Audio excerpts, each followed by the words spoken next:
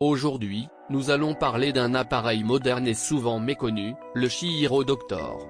Cet outil a été conçu pour améliorer la qualité de l'eau dans les aquariums d'eau douce tout en restant compatible avec les plantes, les poissons et les crevettes. C'est un dispositif intéressant pour les passionnés qui veulent maintenir un environnement plus stable, limiter certaines proliférations indésirables et renforcer la santé générale de leur bac.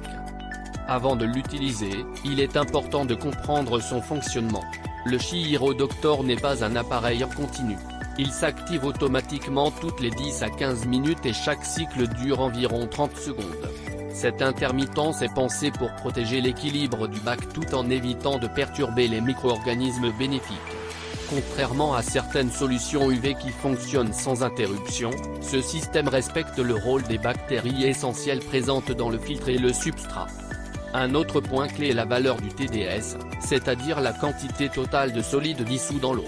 Cela inclut les minéraux, les déchets organiques et différents éléments qui influencent directement la conductivité. Lorsque vous démarrez le Chirodoctor, observez simplement le volume de bulles qui se forment sur le film de remplacement. Si les bulles sont trop nombreuses, cela signifie que la valeur du TDS est trop élevée. Dans ce cas, l'appareil active automatiquement une protection interne et s'arrête. Il est donc important de vérifier que votre eau reste sous les valeurs recommandées. Le nouvel avantage de cette version est sa polyvalence. Elle intègre 3 programmes en un seul appareil, permettant une utilisation adaptée aux bacs plantés, aux aquariums orientés poissons ou aux bacs à crevettes. Grâce à cela, vous n'avez plus besoin d'acheter plusieurs modèles différents. Un seul appareil suffit pour couvrir la majorité des configurations courantes.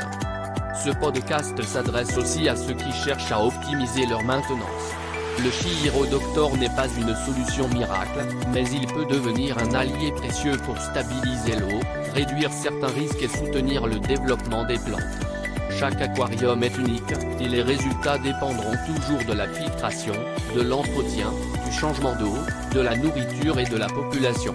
L'appareil doit s'intégrer dans une vision globale et cohérente de l'aquariophilie. Pour terminer, je souhaite remercier tous ceux qui suivent ce travail autour de l'aquariophilie naturelle. Votre engagement, vos questions et vos retours permettent d'aller plus loin dans la création de contenus utiles. Si vous souhaitez approfondir, découvrir d'autres outils, comprendre votre aquarium ou améliorer votre stabilité d'eau, je vous invite à poursuivre l'exploration avec les ressources disponibles sur Aquarioselant.